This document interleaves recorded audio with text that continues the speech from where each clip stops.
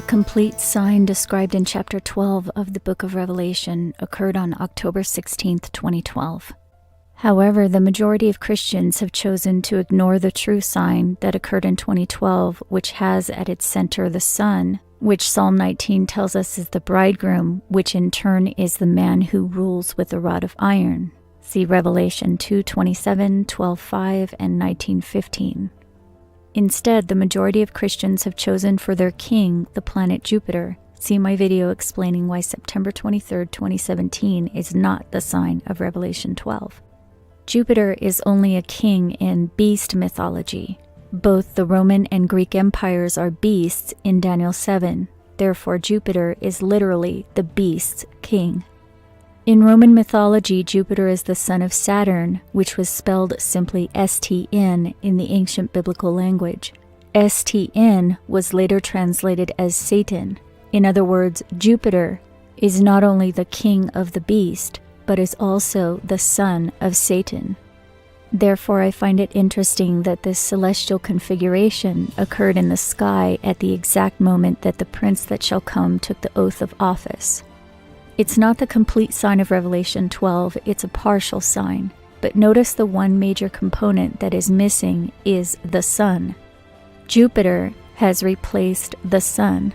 This sign has their chosen king, Jupiter, but the light of the sun is taken away. In other words, their king has given them darkness, a reference to the falling of the stars in Matthew 24:29-31, Revelation 8:10-12, and Revelation 9:1 and 2. Deuteronomy 11:16. Take heed to yourselves that your heart be not deceived, and ye turn aside and serve other gods and worship them. Deuteronomy 32:5-38 excerpts. They have corrupted themselves. Their spot is not the spot of his children. They are a perverse and crooked generation. But Jeshurun waxed fat and kicked. Thou art waxen fat, thou art grown thick, thou art covered with fatness. Then he forsook God which made him, and lightly esteemed the rock of his salvation. They sacrificed unto devils, not to God, to gods whom they knew not, to new gods that came newly up, whom your fathers feared not. And when the Lord saw it, he abhorred them, because of the provoking of his sons and of his daughters. For a fire is kindled in mine anger, and shall burn unto the lowest hell, and shall consume the earth with her increase, and set on fire the foundations of the mountains. I will heap mischiefs upon them, I will spend mine arrows upon them. They shall be burnt with hunger, and devoured with burning heat, and with bitter destruction. I will also send the teeth of beasts upon them, with the poison of serpents of the dust. The sword without and terror within shall destroy both the young man and the virgin, the suckling also with the man of gray hairs. I said I would scatter them into corners, I would make the remembrance of them to cease from among men. For they are a nation void of counsel, neither is there any understanding in them. Oh, that they were wise, that they understood this, that they would consider their latter end. How should one chase 1,000, and two put 10,000 to flight, except their rock had sold them, and the Lord had shut them up? For their rock is not as our rock, even our enemies themselves being judges. For their vine is of the vine of Sodom, and of the fields of Gomorrah. Their grapes are grapes of gall, their clusters are bitter. Their wine is the poison of dragons, and the cruel venom of asps. To me belongeth vengeance and recompense. Their foot shall slide in due time, for the day of their calamity is at hand, and the things that shall come upon them make haste. And he shall say, where are their gods, their rock in whom they trusted, which did eat the fat of their sacrifices, and drank the wine of their drink offerings? Let them rise up and help you, and be your protection. Joshua 23:16. When ye have transgressed the covenant of the Lord your God, which he commanded you, and have gone and served other gods, and bowed yourselves to them, then shall the anger of the Lord be kindled against you, and ye shall perish quickly from off the good land which he hath given unto you. Judges 2:3. Wherefore I also said, I will not drive them out from before you, but they shall be as thorns in your sides, and their gods shall be a snare unto you. Judges 2:17. And yet they would not hearken unto their judges, but they went a-whoring after other gods, and bowed themselves unto them. They turned quickly out of the way which their fathers walked in, obeying the commandments of the Lord, but they did not so. Judges 10:13 and 14. Yet ye have forsaken me and served other gods, wherefore I will deliver you no more. Go and cry unto the gods which ye have chosen. Let them deliver you in the time of your tribulation. Isaiah 39-13 excerpts. This is a rebellious people, lying children, which say to the seers, See not, and to the prophets, Prophesy not unto us right things, speak unto us smooth things, prophesy deceits. Wherefore thus saith the Holy One of Israel, Because ye trust in oppression and perverseness, and stay thereon, therefore this iniquity shall be to you as a breach ready to fall, swelling out in a high wall, whose breaking cometh suddenly at an instant. Their false king, Jupiter, has replaced the sun in this partial fulfillment on a very crucial day, as if to say, Take your false king and the darkness he brings with him.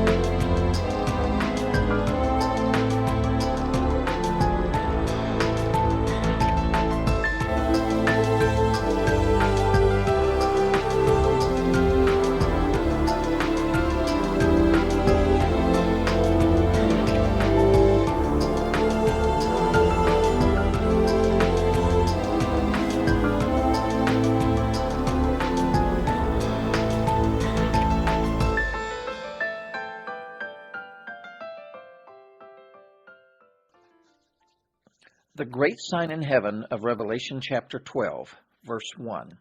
A great sign appeared in heaven, a woman clothed with the sun and the moon under her feet, and on her head a crown of 12 stars. And she was with child, and she cried out, being in labor and in pain to give birth. Jesus calls such events fearful sights and great signs from heaven. The great sign from heaven will be the largest sign that has ever heralded a prophetic event. We are on the Temple Mount in Jerusalem. It is 3 in the morning on September 23, 2017. The first constellation in the great sign is rising above the horizon. This is Leo, the constellation of the royal lion. When the dawn breaks, we'll see that Leo is worn as a crown of royalty by the virgin princess. The lion forms the appropriate crown for her because she is of the house of David, the lion of the tribe of Judah. Significantly, this is the highest royal lineage of all the nations. This means the virgin is also born of the lineage of the high scepter of the seed of Adam. In her belly is the second Adam, the Savior of the world. On this fateful day, the virgin is clothed in the sun, and the moon is at her feet. Sunlight floods the sky, and since the virgin is clothed in the sun, we cannot see her, so we turn off her artwork. But the prophecy clearly states that the great sign is to appear in the heaven. High noon approaches. Then, on this special day, the sun turns as black as sackcloth, and the stars quickly fill the sky. Just like on the day of the crucifixion, it will remain dark for an incredible 3 hours. We stop the motion and zoom in. We fill the screen with our 2 constellations. To better see how the constellations are formed, we generate blue lines between their stars. Then we turn off the constellation artwork, leaving us with the lines of each constellation. We first turn our attention to the constellation of Leo. In Leo, the alpha or brightest star is Regulus, the regal king star. 8 additional bright stars are used to form the constellation. But this leaves us 3 stars short of the 12 stars prophesied to crown the virgin. On this special day, 3 wandering stars are in rare formation within the boundaries of Leo. They are Venus, Mars, and Mercury. This gives us the prophesied 12 stars to form the crown. Now we move to Virgo. Her left hip is formed by the alpha star named Spica, which means the seed. Her right hip is formed by the zeta star named Hes, which means the branch. On this day, the virgin is to give birth to the king planet between these 2 stars. Like all the planets, Jupiter, which images the Messiah, was misnamed and misdescribed by the Greeks. The king planet images the rescuing power of our Messiah. Because of this planet's gravitational strength, it takes countless hits or impacts for us from many of the dangerous objects that cross into the inner solar system. Also, the king planet has just spent 9 months in the belly of the Virgin, reinforcing the prophetic imagery of the Scriptures.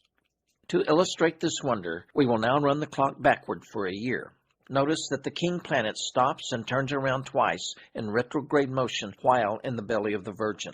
In turn, the moon flies by along the ecliptic every month. This action by the moon will give us a means to mark the passing of the months. We stop our backward motion. We now change into forward motion. We pause the motion as Jupiter enters the belly of the Virgin. Now count the times that the moon flies by while Jupiter is in the Virgin's belly. Are you ready? 1, 2, 3, 4, 5, 6, 7, 8, 9. And in just under 10 months, we arrive back at our fateful day, September 23rd, 2017. Now we will recap the prophetic imagery in the great sign.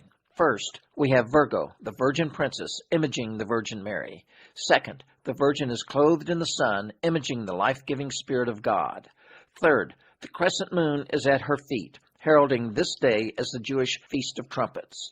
Fourth, on this day, the virgin also has a special crown of 12 stars, representing the lineage of the high throne of the nation of Israel. Fifth, the virgin gives birth to the crown prince, the Messiah. Sixth, the crown prince has just spent a long 9 months in her womb, the time of human gestation. Seventh, so we can see this wonder, a special heavenly event causes the sky to fall dark for 3 hours in the middle of the day. The combination of all 7 of these independent actions into a great sign brings to life the exact imagery of the prophecy. However, if this sign were to occur repeatedly in the course of the travels of the planets, then how could we interpret it as a significant event? How often does this configuration occur in the heavens? The answer: it occurs only this one time. At no other time is the Virgin clothed in the sun, with the moon at her feet, while she is wearing a crown of 12 stars at the same time she gives birth. We have found no astronomy program that shows this configuration occurring at any other time throughout history, from the days of Adam, 6,000 years in the past, until the end of the millennial reign, 1,000 years into our future. Yet, this wonder was described in detail in Revelation chapter 12, nearly 2,000 years ago. The astounding fulfillment of this great prophecy is like a clarion blast of God's trumpet, broadcasting to all that the sign is a magnificent herald of end times events. Furthermore, its appearance is to occur on the exact day the Lord intends, a plan He laid out before He created the heavens. This means the great sign is an event that cannot be anything less than a miraculous herald of prophetic events. Furthermore, the imagery does not end with the first two verses we just read in Revelation 12. On this day, a famous comet carrying the Rosetta probe is beside the crescent moon. This comet bodes a day of disaster for the moon god of Islam. At noon, the foot of the Virgin is on one side of the moon, the comet is on the other. By the end of the day, the moon will be under the Virgin's feet. This day in 2017 is also unique for other reasons. As mentioned, this is the day of the Feast of Trumpets, one of the 7 appointed feasts of the Lord. The 7 feasts are prophetic of the 7 most significant events in redemptive history. Jesus was crucified on the first spring feast. This is the day of the first fall feast. In turn, this day on this unique year is also on the weekly 7th-day Sabbath. Finally, it is also the day of the fall equinox. Incredibly, all of these date markers in the heavens are occurring on the same day on the Lord's calendar. The day progresses. At 3 in the afternoon, the eclipse will be over. The sun reappears and shines for 3 more hours before it sets in the west. At this point, the great wonder becomes the herald of great terror. The heavenly body that blocked the sun for 3 hours is immense enough to carry large debris rings of ice and sulfur, rings composed of material much like the rings of Saturn, only larger. Soon the earth must pass through one of these rings. This is when the firestorm of the Golden Empire occurs. It is the day of the death of Babylon the Great, which is the proud city of Sodom, which is the unrepentant empire. In 1 hour's time, 1/3 of mankind will die. Foreseeing the intensity of the hour, the Lord has foretold time and again that not one person who calls upon His name will be lost. The shouting and terror begins. Jerusalem will be safe from the firestorm because of the earth's rotation. In contrast, unmitigated disaster falls upon the Western world. This is a non-biased examination of the ancient texts of the Bible that have accurately predicted the future multiple times. This is not affiliated with any religion or doctrine. All required research was done independently by myself, and it's protected by copyright unless otherwise noted. In the past decade, many researchers have recognized that the sign in Revelation 12 involves the constellation Virgo, but in this video, we're going to show that the heavenly sign described in Revelation 12 involves not only the constellation Virgo with the moon beneath her feet, but also the sun at the line representing her birth canal and the planet Saturn representing the dragon waiting to devour. The sign also involves the meteor shower that comes from the dragon constellation and also the galaxy that scientists literally call a halo that is in Virgo's head region. And we're going to show in this video that this sign occurred in the sky in 686 CE while the abomination of desolation was being built on the Jerusalem Temple Mount, and most recently the sign occurred in the year 2012. So everything I'm about to show you can be verified independently using the software Stellarium that is available for free on the internet. So the King James translation of Revelation 12:1 says, "And there appeared a great wonder in heaven," and that word translated as wonder, which is number 4592, it also means sign or of signs portending remarkable events soon to happen. So Revelation 12 is about to describe a sign that will appear in heaven that will warn of events that are about to happen. And the event after this sign in Revelation 12, as you can see in verse 6, is the escape. And we'll talk about that in another video. But the sign in heaven prior to the escape in Revelation 12 is described in verses 1 through 5. And we're going to list each point here so we can have a closer look at what's being said. So the first point is that the sign will appear in heaven. And that's verse 1. There appeared a great sign in heaven, a woman clothed with the sun. So the sign is a woman in heaven clothed with the sun and the moon under her feet. So the moon is under the feet of the woman in heaven, and upon her head a crown of 12 stars. So number 4, the woman has a crown of 12 stars on her head. Then verse 2, and she being with child cried, travailing in birth and pain to be delivered. So number 5, the woman is in process of giving birth. And verse 3, there appeared another sign in heaven. So in addition to the sign of the woman, a second sign will also appear in heaven. A great red dragon having 7 heads and 10 horns and 7 crowns upon his heads. So number 7, a red dragon with 7 heads and 10 horns will appear in heaven. Then verse 4, and his tail drew the third part of the stars of heaven and did cast them to the earth. So number 8, the dragon's tail will cast 1/3 of the stars to the earth. And the dragon stood before the woman which was ready to be delivered. So number 9, the dragon is standing before the woman for to devour her child as soon as it was born. So number 10 is the dragon is waiting to devour the child as soon as it's born. And verse 5, she brought forth a man-child who was to rule all nations with a rod of iron. So the child that the woman in heaven is giving birth to is the man who will rule with a rod of iron.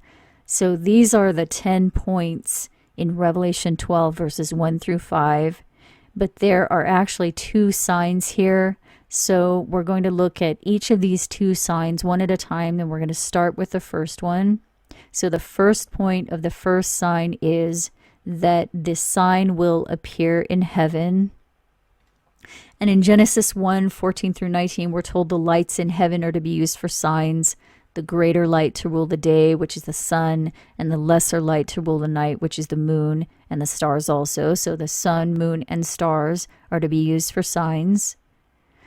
So this sign in Revelation 12 will probably have something to do with the sun, moon, and stars.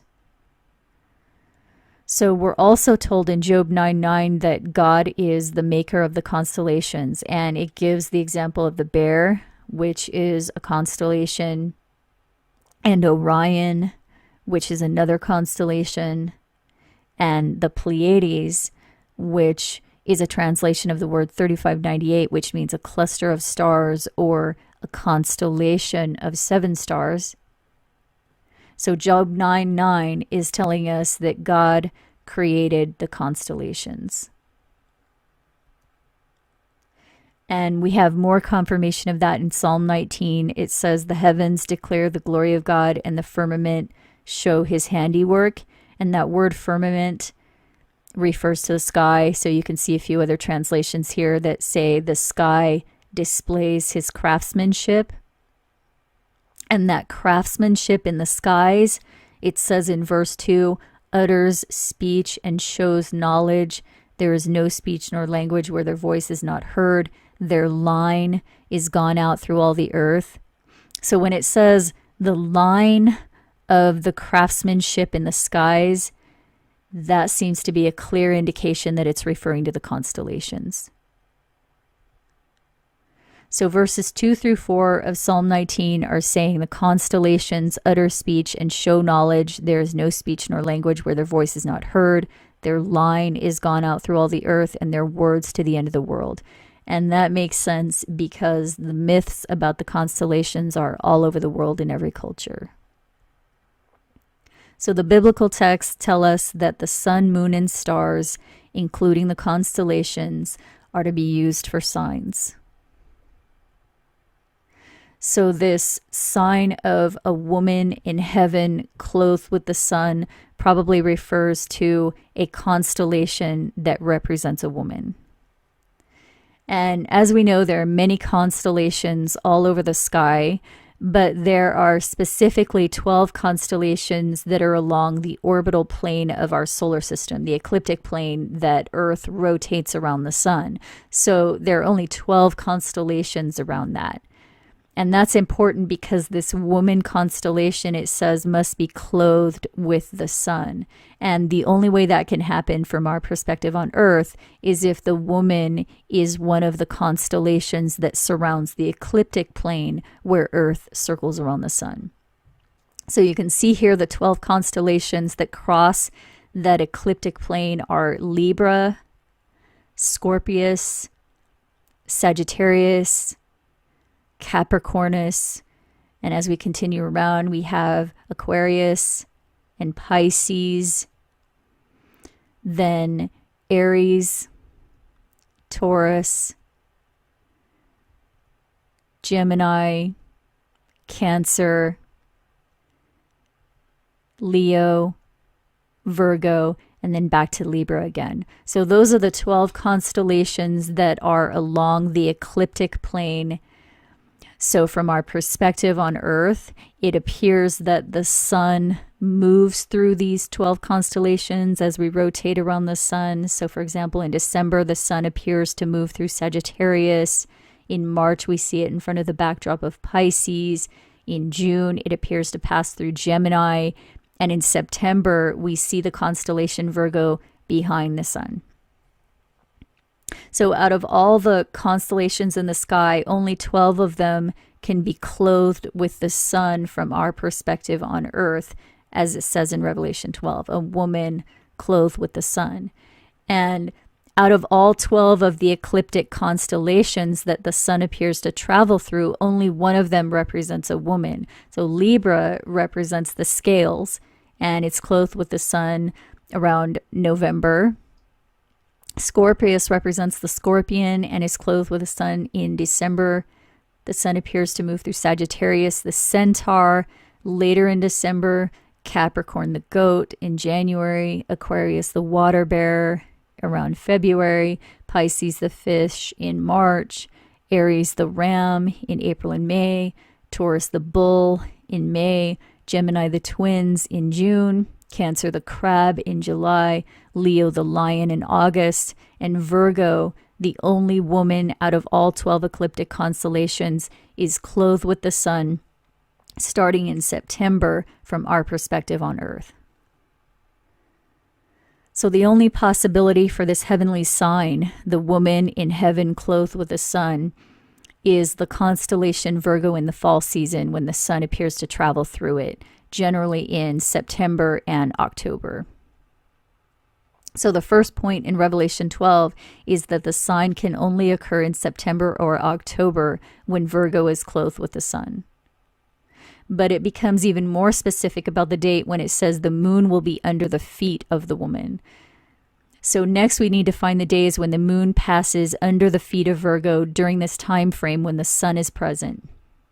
So the sun appears to move in front of the backdrop of Virgo in September. So we're going to remove the atmosphere here so we can see the planets and the moon more clearly. And we're also going to take out this artwork because it's misleading. So this is what the actual constellation of Virgo looks like. You can see these lines represent her arms. This is her body, and these are her two legs here. And you can see the date and time here. And you can see we're looking at the year 2012 because the sign actually occurred that year and it was more precise than the other years that I found. So we're going to use this year as the example before we look at the other years. So you can see here the sun was just reaching the tip of Virgo's hand around September 14th in the year 2012. And we're going to change the layout here a little bit to show the ecliptic plane horizontally. This right here is roughly the ecliptic plane where the planets rotate around the sun. So the planets appear to move through Virgo in this direction along roughly this plane, and the moon also travels this plane in the same direction as it rotates around the Earth. So from our perspective on Earth, the sun was moving into Virgo around September 15th in 2012, and the moon also just happened to be moving in around that same date in 2012. So the moon travels through Virgo from our perspective on Earth for about 3 days. And on September 19th, 2012, the moon reached the feet of Virgo, and it was in perfect alignment with the 2 stars representing her feet. And this alignment occurs at a specific hour. So you can see here the hour is 5:10. And just a few hours later at 10 o'clock, the moon is moving into Libra and is no longer in alignment with the feet. So the moon's alignment with Virgo's feet occurs within a specific hour of each cycle around the Earth. And the sun is in Virgo only about 1 or 2 moon cycles per year. So the Revelation 12 sign can only occur during a small window in any given year, even if you only consider 2 factors, the sun in Virgo and the moon at her feet. It still narrows the sign down to only 2 possible days per year. So as you can see, we're still only in the first verse of Revelation 12, and it has narrowed this sign down to only 2 possible dates within any given year. And in 2012, the first possible date was September 19th. And then the moon continued around the Earth for another cycle. And it came back around into Virgo around October 13th.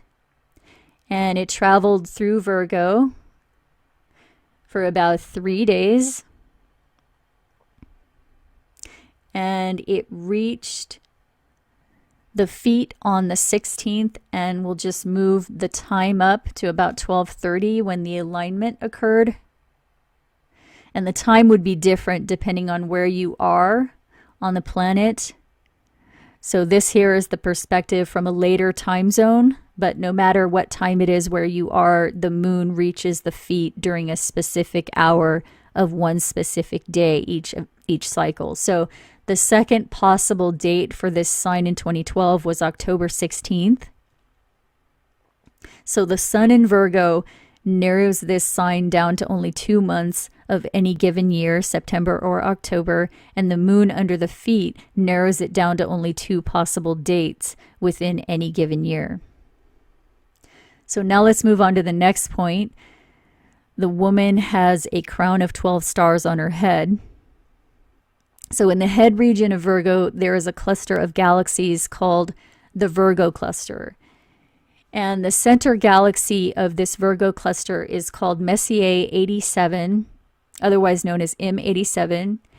And orbiting this galaxy is an abnormally large population of about 12,000 globular clusters, which are spherical clusters of stars. So basically, 12,000 of these star clusters are orbiting the center galaxy of the Virgo cluster in the head region of the constellation Virgo. And astrophysicists literally refer to this galaxy as a halo. So this is an article from the University of Texas describing what they call the dark matter halo of M87. According to scientists, it's one of the most massive galaxies in the local universe. And another interesting point about this halo in Virgo's head is it measures 120,000 light years in diameter, making it the dominant galaxy in the center of the Virgo cluster. And others say it contains the most massive black hole in the universe. And also the coordinates of the Virgo cluster itself are right ascension 1227 and declination 1243. So basically 1212. So this massive M87 galaxy located roughly at coordinates 1212 is 120,000 light years in diameter and has 12,000 star clusters orbiting it.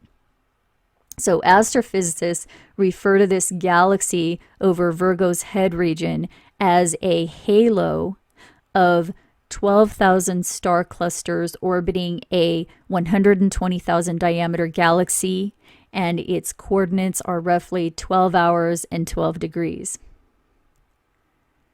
So the crown of 12 stars on her head in verse 1 seems to be a confirmation that the woman in heaven clothed with the sun is the constellation Virgo. And also, the star clusters in Virgo's head continue upward into the constellation Coma Berenices. Coma Berenices contains the northern portion of the Virgo cluster, and the constellation Coma Berenices is known as the lock of hair. It was named after Queen Berenice II, the wife of Ptolemy III. So this lock of hair, Coma Berenices, contains the northern portion of the Virgo cluster, and the brightest star in the Coma Berenices open cluster is known as 12 Comae Berenices. So there's another 12. So this region of space from the head of Virgo into Coma Berenices is the hair of star clusters, and it's called the Virgo Coma cluster. And these are just a few pictures of some of these clusters. This one literally looks like hair, and this one is actually shaped like a crown. So the crown of 12 stars described in the first verse of Revelation 12 that is upon Virgo's head appears to be these 12,000 star clusters orbiting the dominant galaxy in the center of the Virgo cluster that scientists name the halo, which harbors the most massive black hole in the universe by some estimates, and is in the midst of Virgo's hair of star clusters that span up to Coma Berenices.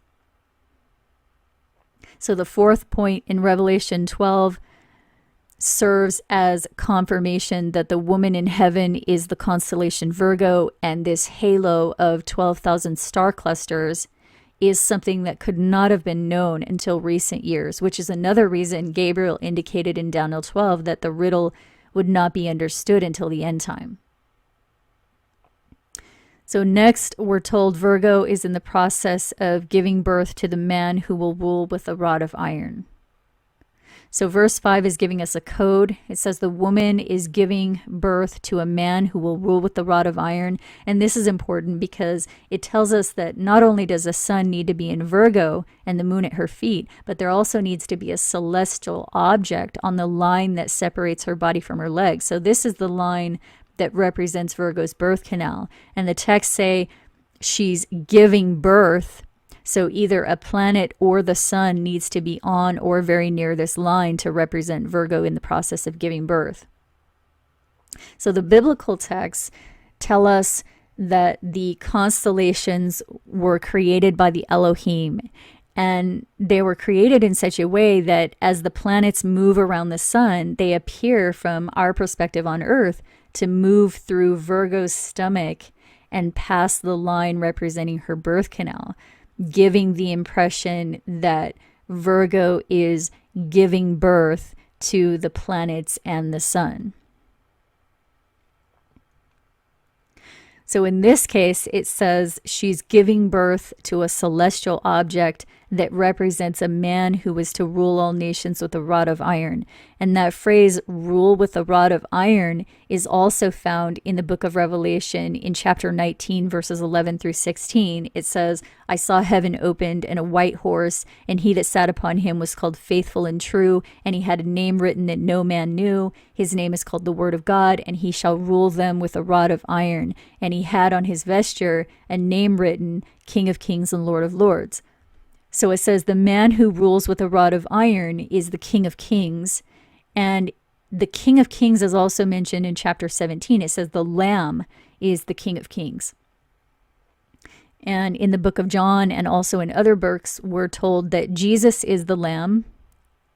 So the woman in heaven, it says, is giving birth to the man who will rule with the rod of iron. And the one who rules with the rod of iron is the King of Kings, who is the Lamb, who is Jesus. And Jesus is also referred to as the bridegroom. So Mark 2, for example, says, some people came to Jesus and asked why his followers don't fast. And he said, at a wedding, the friends of the bridegroom are not sad while he is with him. So they don't fast while the bridegroom is still there. But the time will come when the bridegroom will be taken for them, and then they will fast. So we know now that refers to Passover, when Jesus was crucified and taken away from them. So that indicates that Jesus is the bridegroom. So Jesus is the Lamb and also the bridegroom, and that is pretty much standard knowledge amongst biblical scholars. But notice Psalm 19 clarifies for us that the sun represents the bridegroom. It says in verse 4, their line is gone out through all the earth. So we know that that refers to the constellations, their line.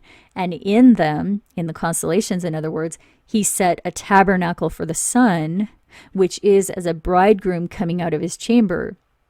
So it says here the sun is as a bridegroom coming out of his chamber.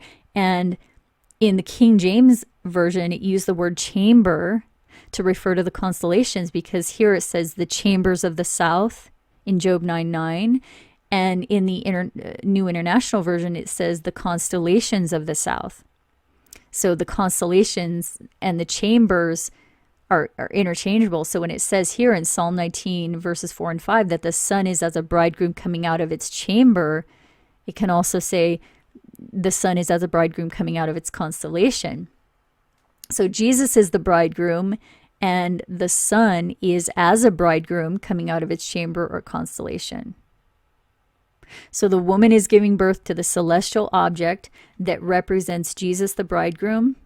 And Psalm 19 makes it very clear that the bridegroom is represented by the sun.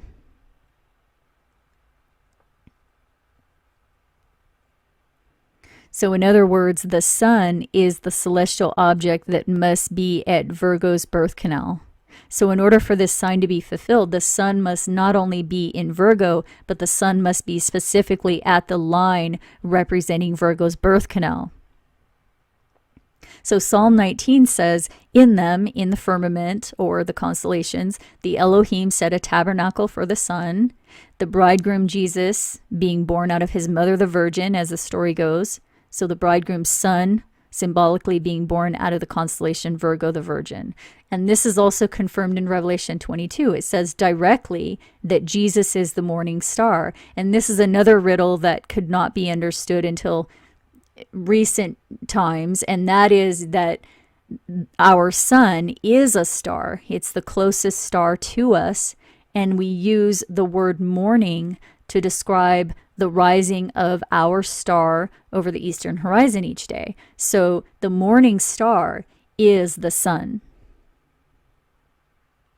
So Revelation 12 says, the woman in heaven is giving birth to the man with the rod of iron, who is the King of Kings, who is the Lamb, who is Jesus, who is the bridegroom, which is represented by the sun, which is the morning star, which Jesus clarifies he is.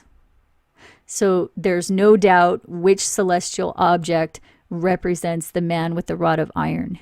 It's the sun. So you can see an example of this celestial configuration described in Revelation 12 occurred on October 16th, 2012. The sun was in Virgo, and more specifically, it was exactly on the line representing Virgo's birth canal. At the exact hour, the moon was in alignment with the two stars representing her feet. So you can see on this other possible date in September of 2012 when the sun was in Virgo and the moon at her feet, it doesn't qualify as the sign described in Revelation 12 because the sun was not at the birth canal.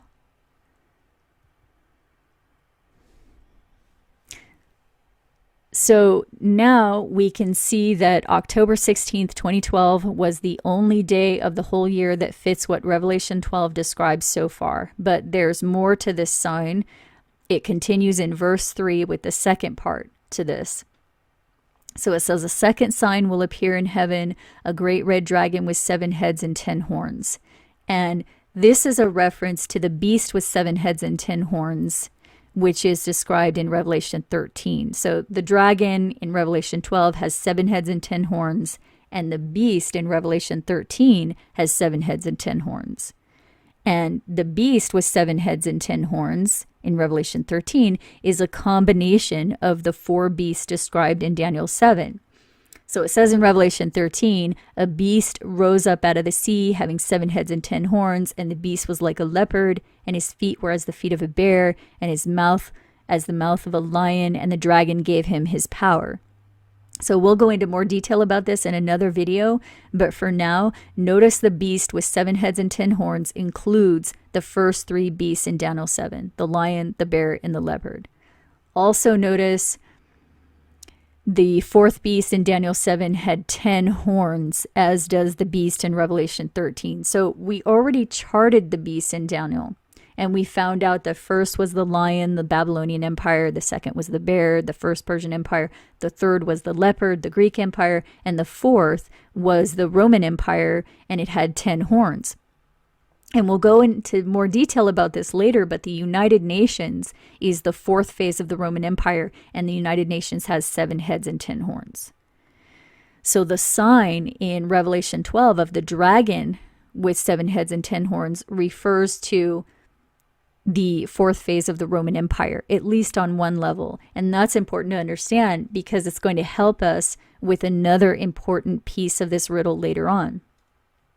But next, we're told this dragon will cast 1/3 of the stars to the earth with its tail.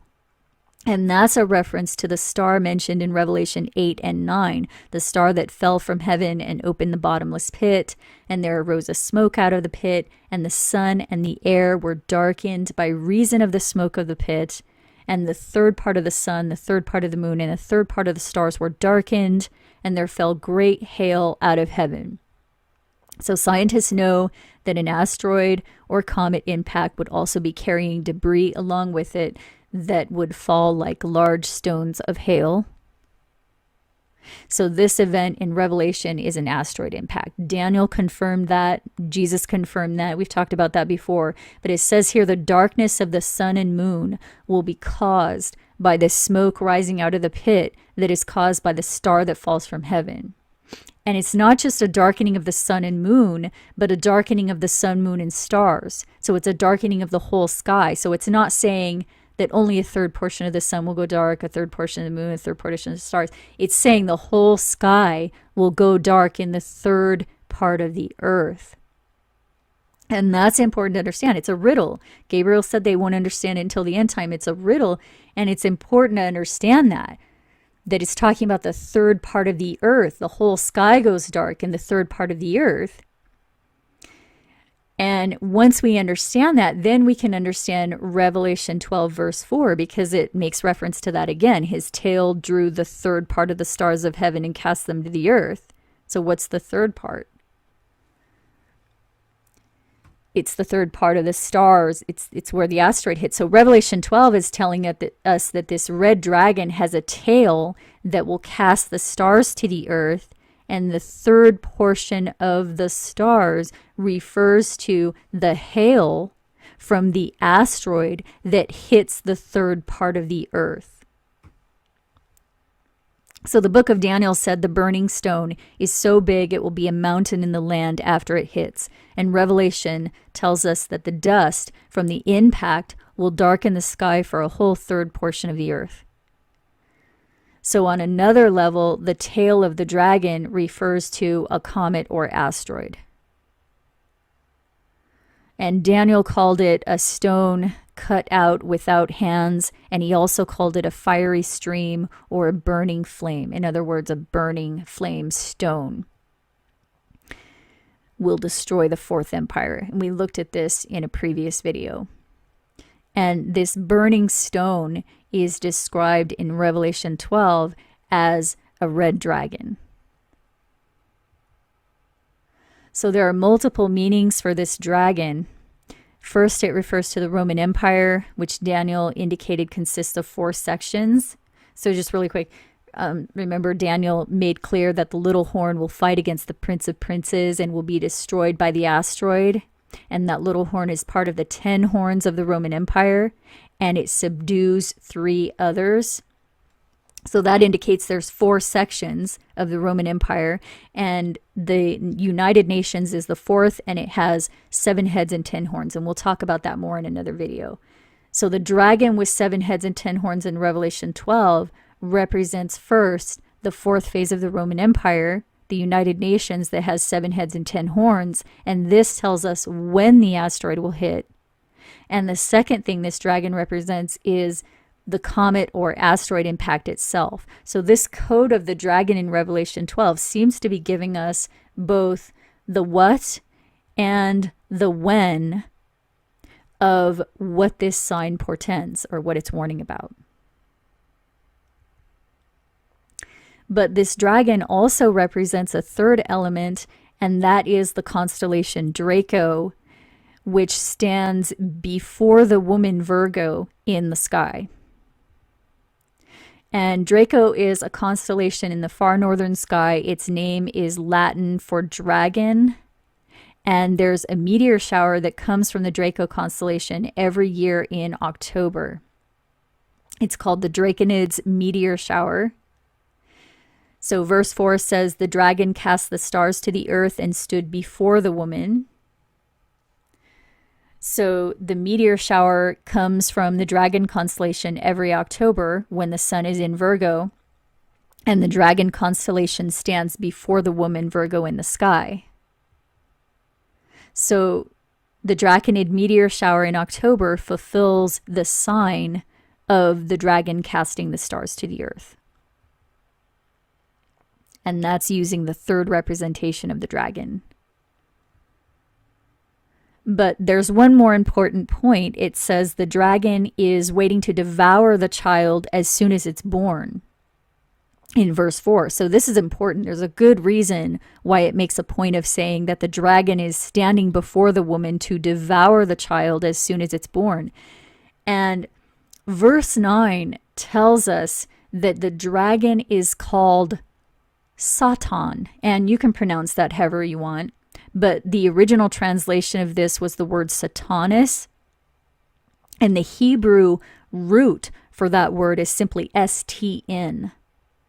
So this can easily refer to Saturn, which was one of the prominent gods of the Roman Empire, which was the fourth beast in the book of Daniel.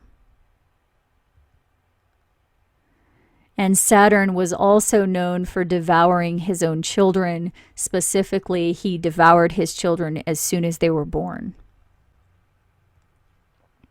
So the dragon in Revelation 12, who waits to devour the child as soon as it's born, is a literary reference to the Roman myth of Saturn, which may be why the original Hebrew word is STN. So the dragon represents the Roman Empire on one level, and their prominent god Saturn on another level. And that makes sense because in our close examination of Daniel 11, verse 8 referred to Cleopatra Selene II and King Juba, who brought the gods of Rome to Mauritania. And during the reign of their son Ptolemy, the cult of Saturn became important in Mauritania, and then various temples to Saturn were built there. So Daniel 11:8 specifically mentioned the gods that they brought from Rome, which in this case was the god Saturn. So Daniel 11:8 specifically is highlighting the god Saturn once you understand this. It says in Mauritania, the temple was dedicated to Saturn by the year 30, which is the same generation the temple of Saturn was reconstructed in Rome. And this is the ruins of the Temple of Saturn in Rome right here. You can see the Roman church in the background. This is another photo of it. And that church is known as the Santi Luca e Martina. And its construction was commissioned in 625. So notice its commissioning in 625. That was exactly 70 years prior to 685 when they began construction on the Dome of the Rock. So Daniel 11 clarified for us that this temple here is a Roman temple, which you can see is part of the temple dedicated to the god Saturn. And this is just a side note, but notice there are 8 pillars left standing of the Temple of Saturn. And in Roman times, it says here the Temple of Saturn housed the state treasury. And these 8 pillars of the old Saturn temple that housed the state treasury are also at the front entrance of the U.S. Department of Treasury. So this is a replica of the ancient Roman temple of Saturn, complete with the Roman Church in Washington, D.C. So the dragon in Revelation 12 refers on one level to the Roman god Saturn, whose celestial counterpart is obviously the planet Saturn. So the dragon in Revelation 12 also represents the planet Saturn. And when it says the dragon was waiting to devour the child as soon as it's born, that definitely refers to the Roman god Saturn, whose heavenly counterpart is the planet Saturn. So in order for this sign of Revelation 12 to be fulfilled, the planet Saturn must be in a position relative to the constellation Virgo that resembles waiting to devour her child. In other words, it should be outside of or below Virgo's birth canal line. So the planet Saturn should be in this area right here. It wouldn't be waiting to devour the child if it was in Virgo's stomach or up on her arm. It's waiting to devour the child as soon as it's born. So the planet Saturn must be present and in this area. Otherwise, the sign of Revelation 12 is not complete. So Saturn is the celestial object that represents the Roman god who devoured his children as soon as they were born. So this is the sign described in Revelation 12 as it occurred on October 16th, 2012. And this is another perspective right here. So both the first sign of Revelation 12 and the second sign of Revelation 12 are one celestial configuration. The sign portion of this is highlighted here in yellow, and the portents of this sign, in other words, what the sign is warning about, is highlighted here in red. So that's the sign in Revelation 12. There are very deep layers in this, but it's describing a celestial configuration in the sky that looks like this. And a few years ago, I searched for this configuration from the year 1 AD to the year 3000, and I've checked it a few more times since then. And this is about how many times this configuration has occurred in the sky between the year 1 AD and the year 3000. But you'll notice I have two columns here. The column on the left shows how the sign occurred when Saturn was inside Virgo, and the column on the right shows all the times that it occurred with Saturn outside Virgo. And this has to do with the fourth point of the second sign that says the dragon is standing before the woman in the sky. So we know the dragon constellation Draco is before the woman. You can see Virgo is facing in this direction, and the dragon constellation is in front of her. And even if we take out the artwork, you can still see that Virgo's arms, body, and legs are curved in that direction toward Draco to symbolize which way she's facing. So the dragon standing before the woman is Draco on the one hand, but it's also, we know the dragon is Saturn. So the fact that it tells us Saturn is standing before the woman for to devour the child as soon as it's born, that means that Saturn needs to be in position that represents being before Virgo. So you can see which direction Virgo is facing. So when Saturn is down here, it's below, behind, or after the woman. It's not before the woman. So we know the dragon Saturn is waiting to devour the child as soon as it's born. So it needs to be outside of Virgo's stomach. And once it's outside of the stomach, it passes through this triangle area where it can still be considered before the woman waiting to devour. But eventually it exits that triangle area and it moves on toward the constellation Libra. And in this space is behind or below or after the woman. It's no longer before the woman when it's in that space outside of the triangle. So sometimes the sign occurs where the sun is at Virgo's birth canal at the exact moment the moon reaches the feet, but Saturn is outside of that triangle below or after Virgo, so it doesn't really count as the sign. But I put those instances in here anyway in the right side column so you can see all of the variables. So you can see the configuration happened in the left column. This is how many times it actually occurred. And you can see it happened about 13 or 14 times in 3,000 years. And some of the alignments are more exact than others. So we're going to look at all of these, and I'll show you how I did this in case you want to check for yourself. I used the free software Stellarium to conduct this search, so anyone can use this to replicate what I did. So you can see here that the moon moves through Virgo very fast, and Mars here is moving through faster than Saturn, and that's because Saturn's orbit around the sun is about 29 years. So Saturn takes a few years to pass through Virgo, and the sun moves through Virgo in about a month, and the moon moves through in a few days.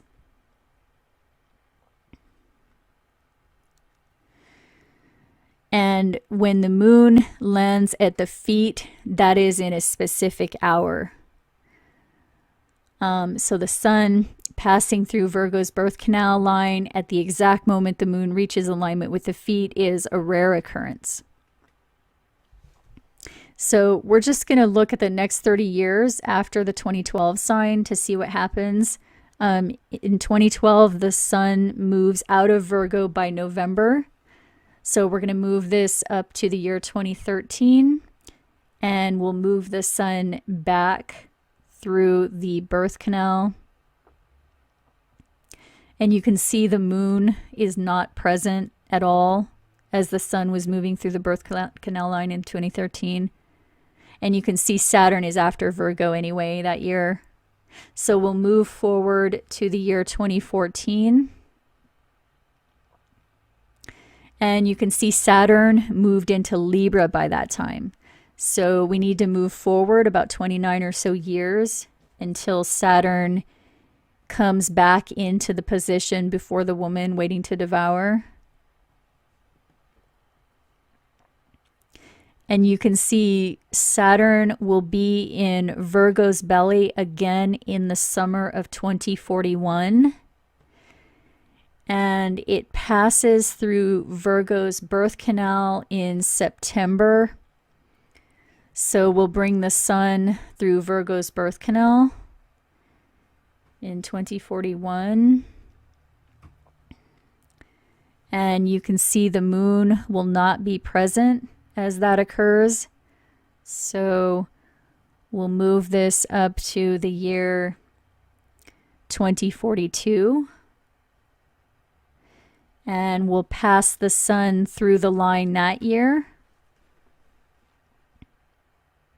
And you can see the moon will reach the feet on October 15th. And it's close, but the sun is above the birth canal line and Saturn is after or behind Virgo. So it's not really before the woman waiting to devour. But we'll put this on the table anyway.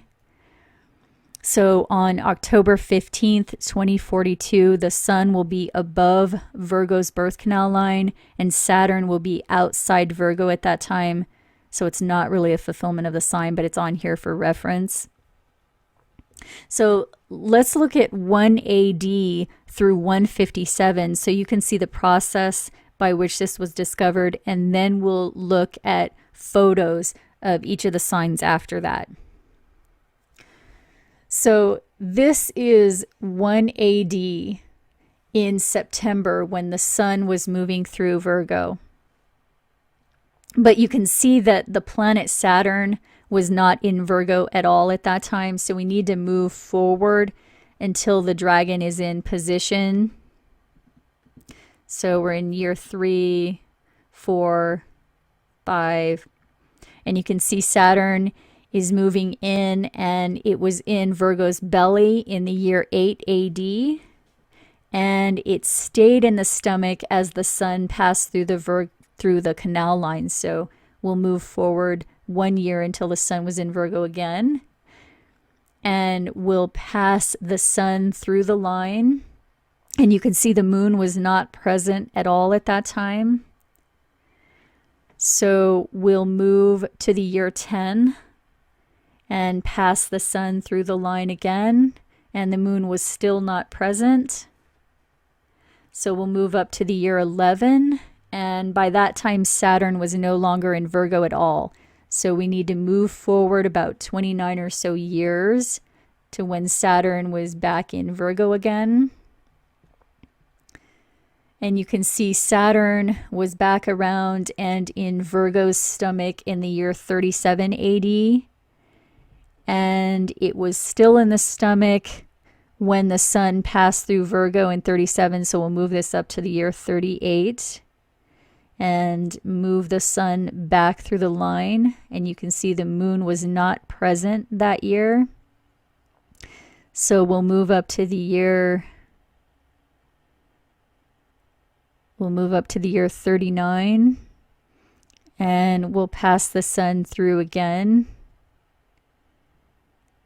And you can see the moon still was not present as the sun passed through.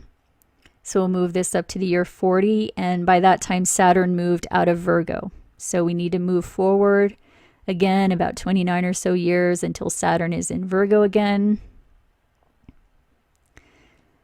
And Saturn was in the belly in 67 AD, but the sun was past the birth canal line at that point. So we'll move up to 68 AD and move the sun back through the line. And the moon was not present at that time. So we'll move up to 69 AD. And we'll move the sun through the line again, and the moon was still not present. So we'll move up to 70 AD, and by that time, Saturn was in Libra. So we'll move forward until Saturn comes back around to Virgo. And you can see Saturn was in Virgo's belly in 96 AD, and stayed in the belly until the sun moved out of Virgo. So we'll move this up to 97 AD and we'll pass the sun through the line. And you can see the moon was not near the feet at that time. So we'll move this up to 98 AD and we'll pass the sun through again. And you can see the moon was not present. So we'll move this up to 99 AD, and Saturn moved into Libra by then. So we need to move forward again about 29 or so years until Saturn is back in Virgo. And you can see Saturn was entering position in 126, and the sun passed through the line while Saturn was coming out of the belly, and the moon was not present. So we'll move up to 127. And you can see the moon was at the feet after the sun already passed through the line. So we'll move up to 128. And we pass the sun through and the moon was not present. So we'll move up to 129. And by then Saturn had moved on to Libra. So we'll go forward until Saturn comes back around. And you can see Saturn was still in the belly in 155 when the sun passed through the line. So we'll move up to 156. And the moon was not present when the sun passed through that year. So we'll move up to 157. And you can see the moon entering in as the sun passes through. So we'll move forward by the hour.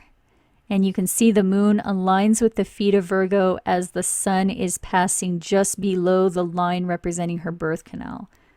So that alignment occurred September 22nd, 157. and the sun was on or below the line at that time, and Saturn was outside or behind Virgo, not in front. So that's why it's listed in the right column with the others that occurred while Saturn was behind Virgo. So the celestial configurations in the right column are not really fulfillments, because the dragon Saturn was not really before the woman. But I've recorded those configurations anyway, just so we can see how many times they occur. So I won't make you go through the process of searching for the rest of these. We'll just look at the photos, but you can always check for yourself to verify what I'm about to show you. So the next time the sign occurred after 157 was September 21st, 244. And you can see Saturn was in the right position, waiting to devour. The moon reached alignment with the feet as the sun was just barely touching the line of Virgo's birth canal. So the sun was above the line on September 21st, 244, as it says right here. And the next one after that was in 363, but you can see the sun wasn't actually touching the line when the moon reached the feet, and Saturn was behind or under Virgo, so this was not really a fulfillment of the sign. But in 393, the sun was on or below the line, although Saturn was outside of Virgo, not before her, when the moon reached the feet. So September 23rd, 393, right here, the sun was on or below the line. Then in the year 450, Saturn was just under the line and the sun was on or above.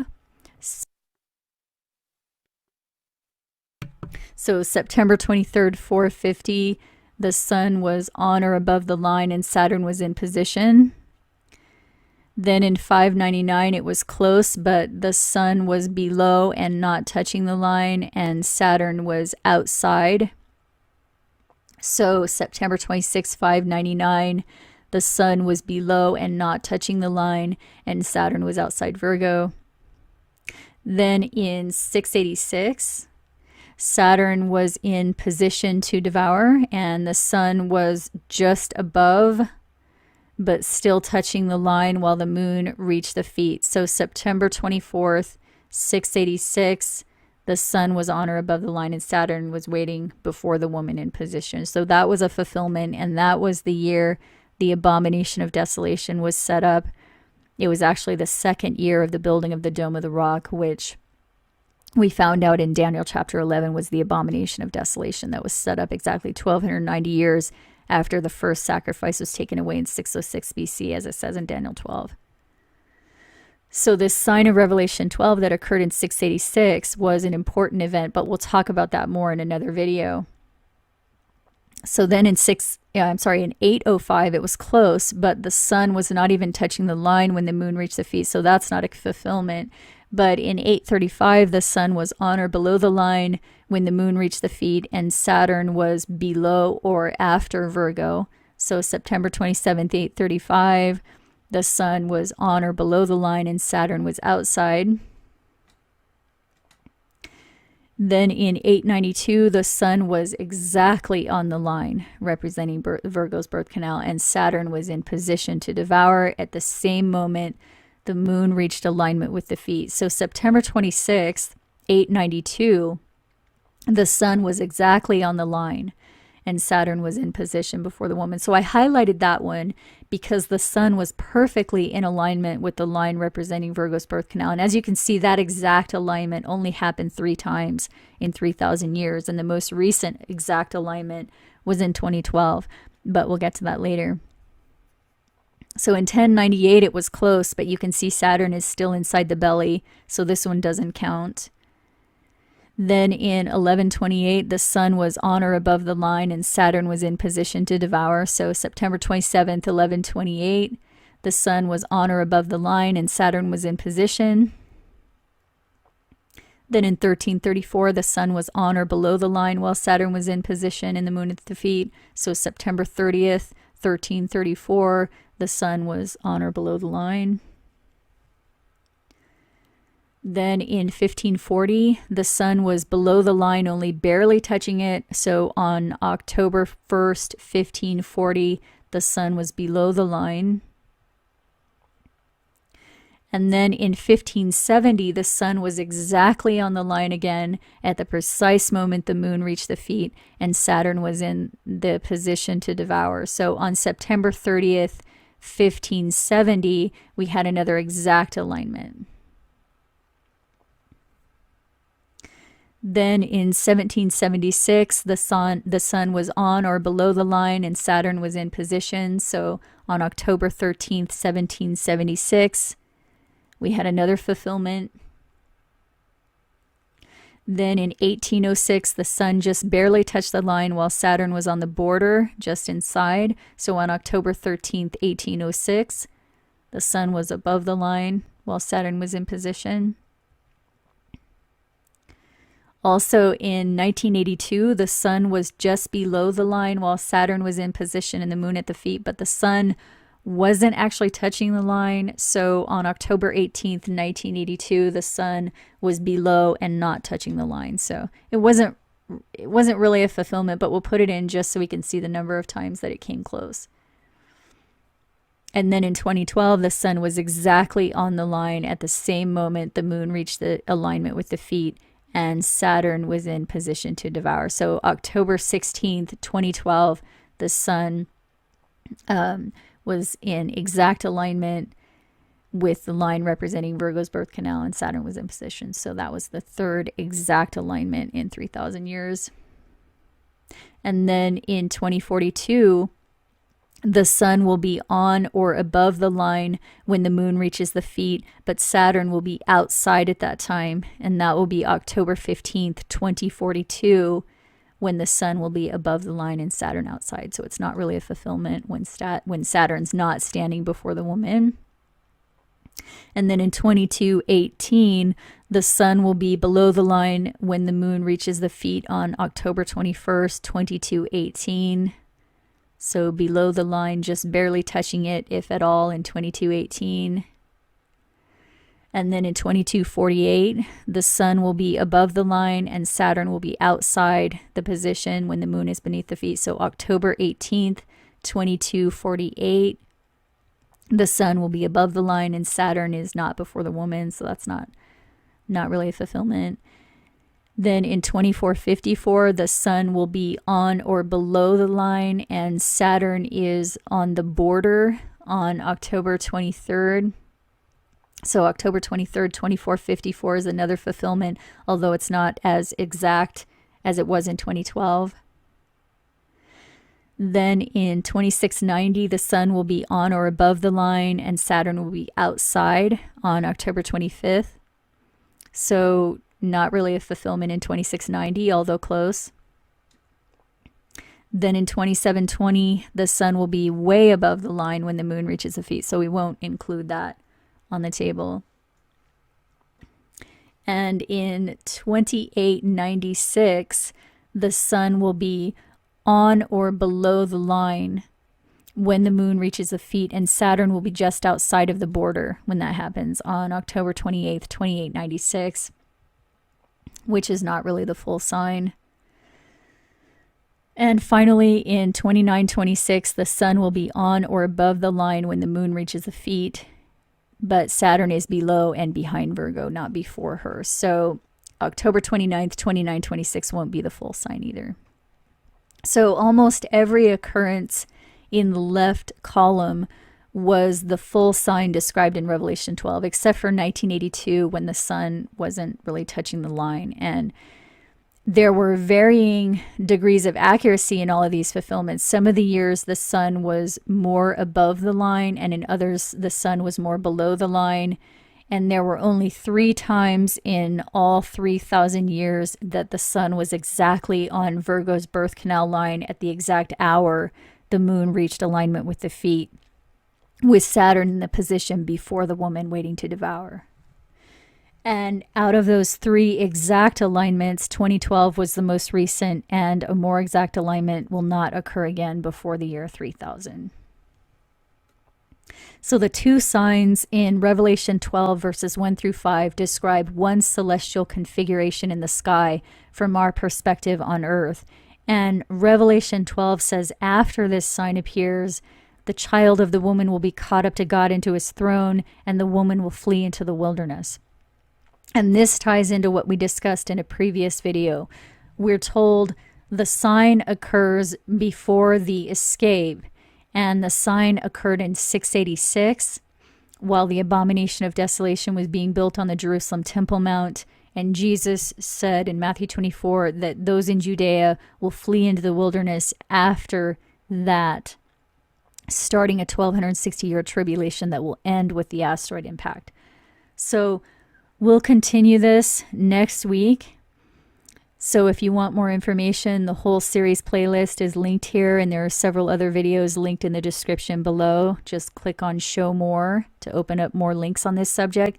And if you like this video and you want this to continue, please consider providing support, because I can't do this without the help of viewers like you. So thank you so much to those of you who are making these presentations possible. I hope you're doing well, and I'll talk to you next week.